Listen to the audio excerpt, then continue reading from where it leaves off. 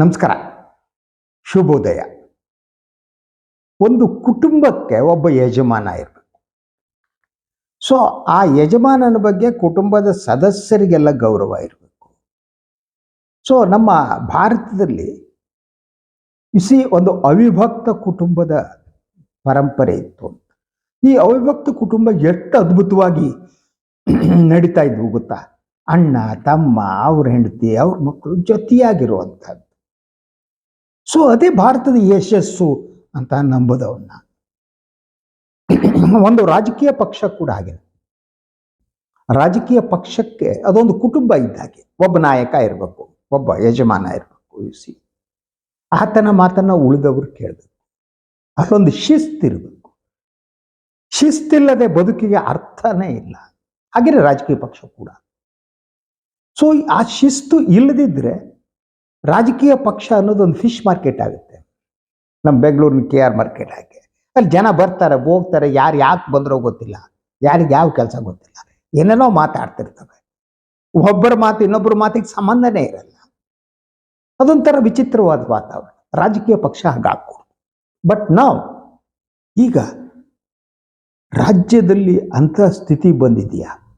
BJPಯ ಪಕ್ಷ ಏನಿದೆ ಅದರ ಬಿಕ್ಕಟ್ಟು ದಿನದಿಂದ ದಿನಕ್ಕೆ ಉಲ್ಬಣಿಸ್ತಾ ಇದೆ. ಒಂದು ಫಿಶ್ ಮಾರ್ಕೆಟ್ನ ಹಾಗೆ, ಸಂಬಂಧ ಒಂದಕ್ಕೊಂದಕ್ಕೆ ಸಂಬಂಧ ಇಲ್ಲದಿರ ಹಾಗೆ ನಡೀತಾ ಇವೆ.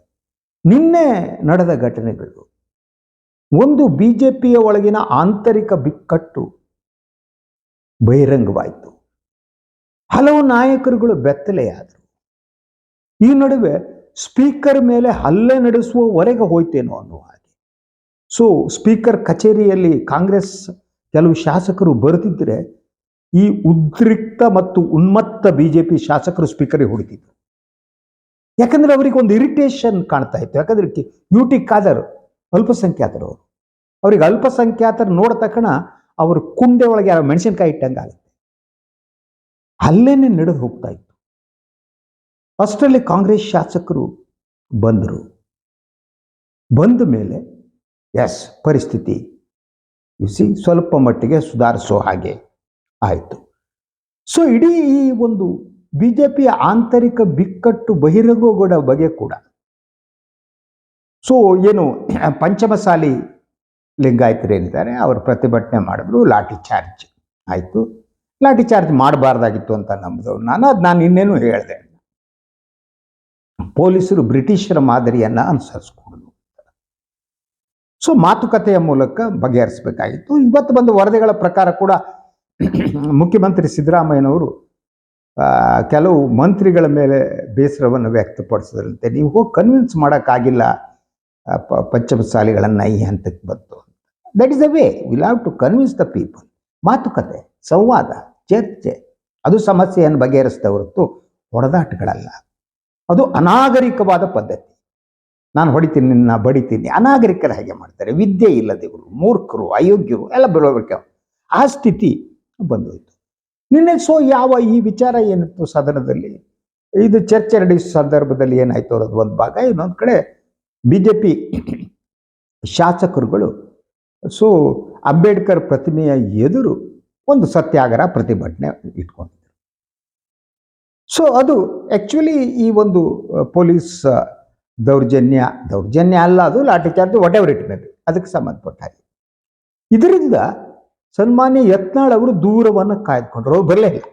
ಫಸ್ಟ್ ಟೈಮ್ ಅಲ್ಲ, ನಿನ್ನೆ ಆ BJP ಒಡೆದು ಬಹಿರಂಗ ಆಯಿತು. ಇವರೆಲ್ಲ ಕೂತಿದ್ರು, ಅವರು ಬರಲೇ ಇಲ್ಲ. ಸೊ ಅದಾದ ಮೇಲೆ ಸದನದಲ್ಲಿ ಚರ್ಚೆ ಪ್ರಾರಂಭ ಆದದ್ದು ನಾನು ಅದು ನಿನ್ನೆ ಹೇಳಿದ್ದೀನಿ.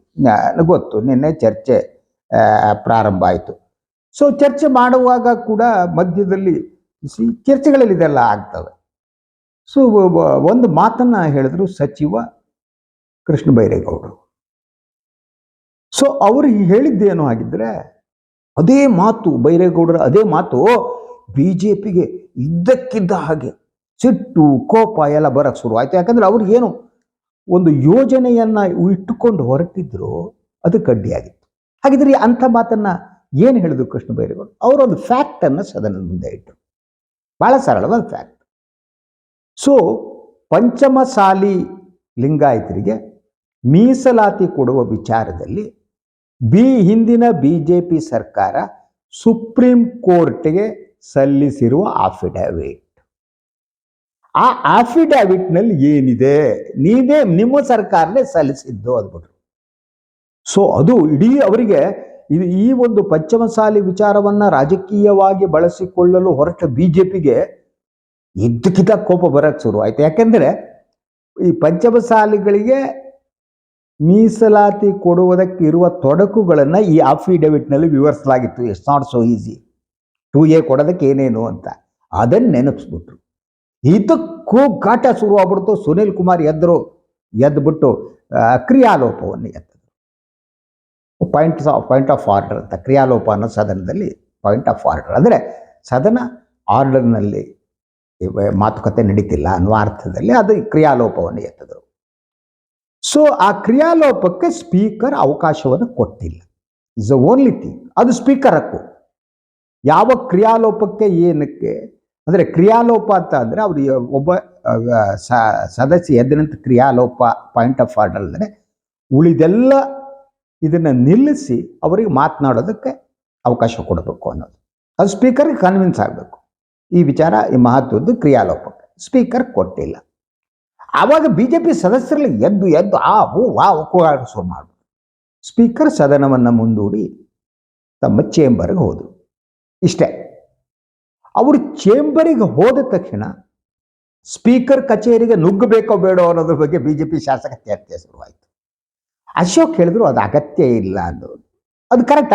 ಐ ಅಪ್ರಿಸಿಯೇಟ್ ಅಶೋಕ್ ಅವರ ಹೇಳಿಕೆಯನ್ನು. ಆದರೆ ಅಶೋಕ್ ಅವರ ಹೇಳಿಕೆಯನ್ನು ಕೇಳೋದಕ್ಕೆ ಸುನೀಲ್ ಕುಮಾರ್ ರೆಡಿ ಇರಲಿಲ್ಲ. ಮೊದಲೇ ಸುನೀಲ್ ಕುಮಾರ್ಗೆ ಬೇಜಾರಾಯಿತು. ಅವರಿಗೆ ವಿಧಾನಸಭೆ ಪ್ರತಿಪಕ್ಷದ ನಾಯಕರಾಗಬೇಕು ಅಂತಿತ್ತು. ಕೊನೆಯವರು ಫೈಟ್ ಮಾಡಿದರು.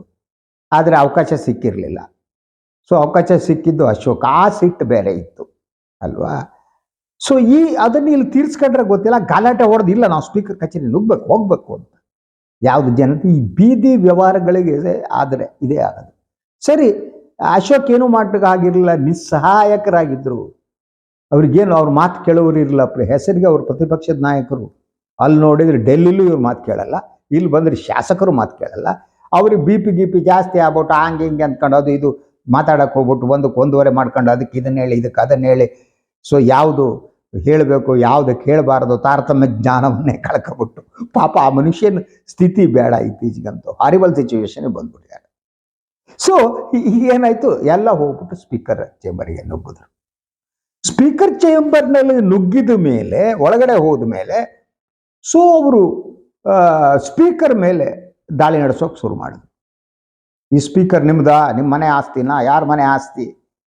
ಇದು ಒಂಥರ ಎಲ್ಲರೂ ಕೂಡ ನಿರಕ್ಷರ ಕುಕ್ಷಿಗಳು, ಜ್ಞಾನ ಇಲ್ಲದವರು, ಅಜ್ಞಾನಿಗಳು, ಯಾವುದೋ ಶಿಲಾಯುಗದ ಜನರ ಟೈಪ್ ಶಾಸಕರು ಬಿಹೇವ್ ಮಾಡೋಕ್ಕೆ ಶುರು ಮಾಡಿದರೆ ವಾಟ್ ಟು ಡೂ?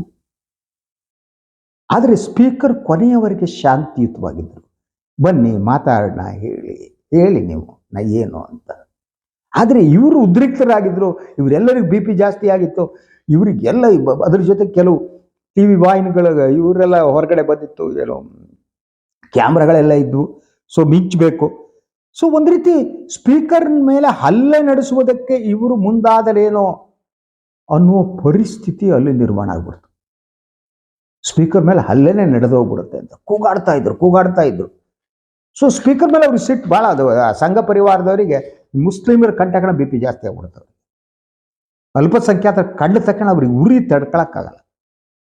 ಉರಿ. ಸೊ ಆ ಉರಿ ತಣ್ಣಗೆ ಮಾಡಾಗಿರಲಿಲ್ಲ. ಅಲ್ಪಸಂಖ್ಯಾತರು ಇದು ಏನು ಮಾಡೋದು? UT ಖಾದರ್ ಮೇಲೆ ಹಲ್ಲೆ ನಡೆಸೋ ರೀತಿ ಬಂದು. ಹಾಗೆ ನೋಡಿದ್ರೆ UT Khader is the best speaker, is doing very well. ಅವರು ಯಾವತ್ತೂ ಕೂಡ ತಮ್ಮ ಶಾಂತ ಮನಸ್ಥಿತಿಯಿಂದ ಹೊರಗಡೆ ಹೋಗಲ್ಲ, ಶಾಂತವಾಗಿ ಮಾತನಾಡ್ತಾರೆ.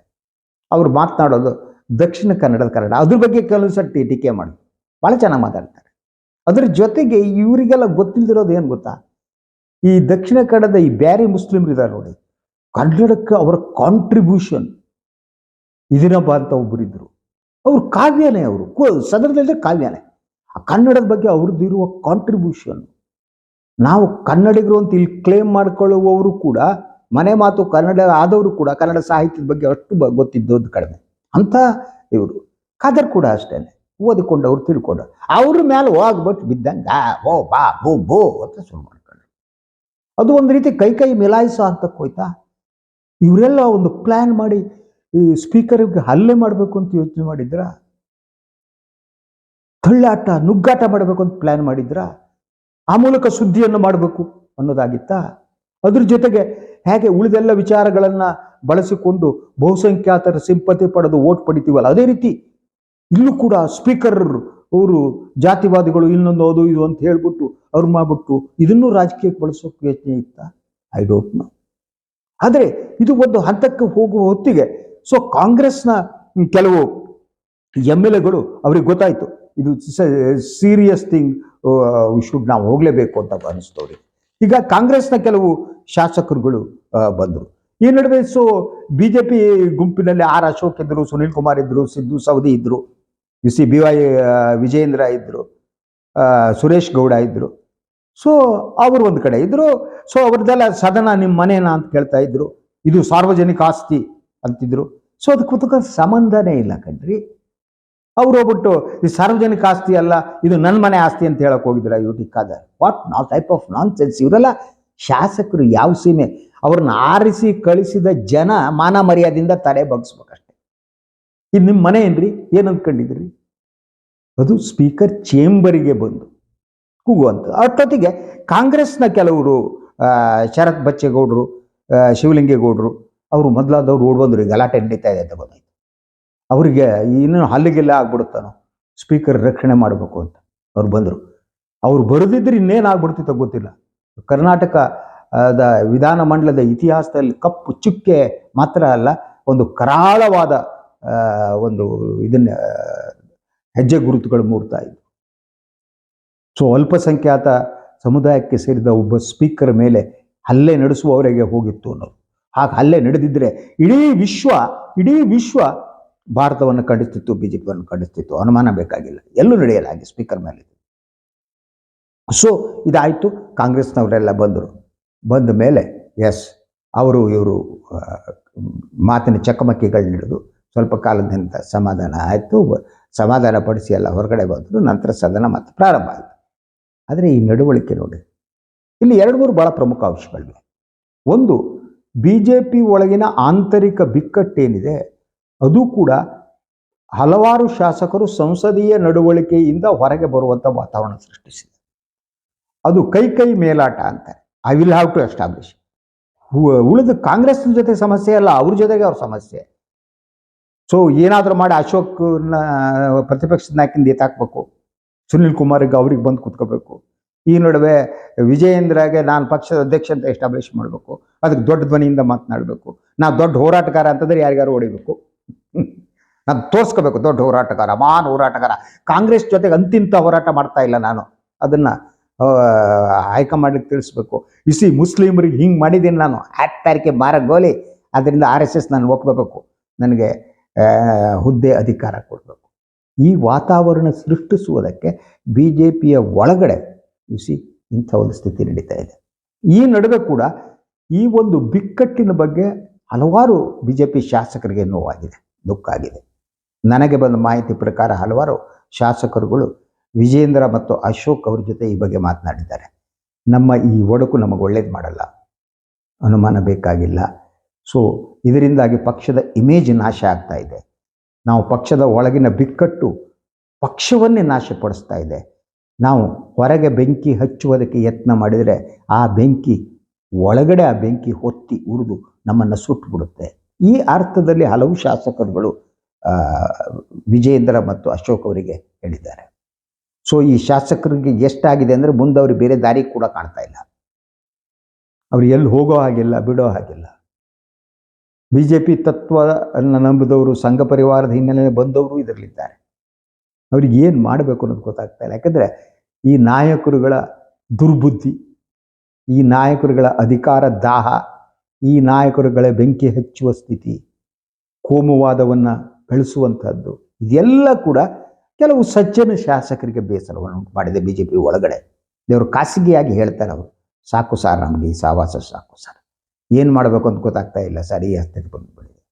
ಸದನದಲ್ಲಿ ಗಂಭೀರವಾಗಿ ಚರ್ಚೆ ನಡೆಸುವುದಕ್ಕೆ ಬದಲಾಗಿ ಸದನ ಈ ರೀತಿಯ ಸುದ್ದಿಯಲ್ಲದ ಸುದ್ದಿಗೆ ಆಹಾರ ಆಗ್ತಾ ಇದೆ. ಇದು ಯಾವ ರೀತಿ ಅಂತ ಅಂದರೆ, ನಮ್ಮ ನಡವಳಿಕೆಯ ಬಗ್ಗೆ ಜನ ಛೀ ಥೂ ನೆನ್ನ ಅಂತ ಬೈಯುವ ಲೆವೆಲ್ ಬಂದ್ಬಿಟ್ಟಿದೆ ಸರ್ ಅಂತಿದ್ದಾರೆ. That is true.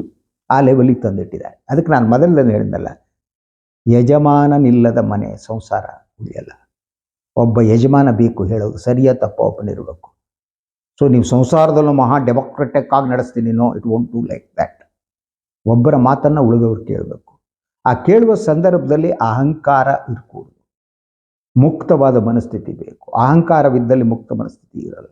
ಹಾಗೆಯೇ ಒಂದು ರಾಜಕೀಯ ಪಕ್ಷದ ಒಳಗಡೆ ಈ ಎಲ್ಲ ನಾಯಕರುಗಳು ಅಹಂಕಾರವನ್ನು ಬಿಟ್ಟು ಮುಕ್ತ ಮನಸ್ಥಿತಿ ಇರಬೇಕು, ಪರಸ್ಪರ ಕೇಳುವುದಂತಿರಬೇಕು. ಮತ್ತು ಯಾರಿಗೆ ನಾಯಕತ್ವವನ್ನು ಕೊಡ್ತೀರಿ, ಯಾರನ್ನ ಯಜಮಾನನ ಕೂಡಿಸಿದರೆ ಅವನ ಮಾತನ್ನು ಬೇರೆಯವರು ಕೇಳಬೇಕು. ಆ ಕೇಳುವಷ್ಟು ವಯಸ್ಸು, ಅನುಭವ, ಚಾಕಚಕ್ಯತೆ, ನೈಪುಣ್ಯ, ರಾಜಕೀಯ ಆಲೋಚನೆಗಳು, ಮುಂದಾಲೋಚನೆ ಇದೆಲ್ಲ ನಾಯಕರಿಗೆ ಇರಬೇಕಾಗತ್ತೆ. ಯಾವುದೋ ಒಂದು ಕಾರಣಕ್ಕಾಗಿ ಇವ್ರು ಯಡಿಯೂರಪ್ಪನ ಮಗ ಅನ್ನೋದಕ್ಕೆ, ಇವನು ಜಾಸ್ತಿ ಅಲ್ಪಸಂಖ್ಯಾತರ ಬೈತಾನೆ ಕಣ್ರಿ ಅನ್ನುವ ಕಾರಣಕ್ಕೆ, ಇವನಿಗೆ ಏನ್ರಿ ಗೊತ್ತು, ಅವನು ಬಾಯಿ ಬಿಟ್ಟರೆ ಸಾಕು ಕಣ್ರಿ, ಎಷ್ಟು ಹೊಲಸಾಗಿ ಮಾತಾಡ್ತಾನೆ ಅಂದರೆ ಕಾಂಗ್ರೆಸ್ ನುಡುಗು ಬಿಡ್ತಾರೆ. ಅದಕ್ಕೆ ಬೇಕು ಅನ್ನೋದಕ್ಕಾಗಲಿ ಈ ರೀತಿ ನಾಯಕರನ್ನ ನೀವು ಆಯ್ಕೆ ಮಾಡಿದರೆ BJP ಉಳಿಯಲ್ಲ. I will tell you, it won't, it will finish. ಯಾಕೆಂದರೆ ಆ BJPಗೆ ಒಂದು ಇತಿಹಾಸ ಇದೆ. ಒಂದು ರಾಜಕೀಯ ವ್ಯವಸ್ಥೆಯಲ್ಲಿ ಪ್ರತಿಪಕ್ಷ ಇರಬೇಕು ಅಂತ ನಾನು ಇಷ್ಟಪಡೋನು.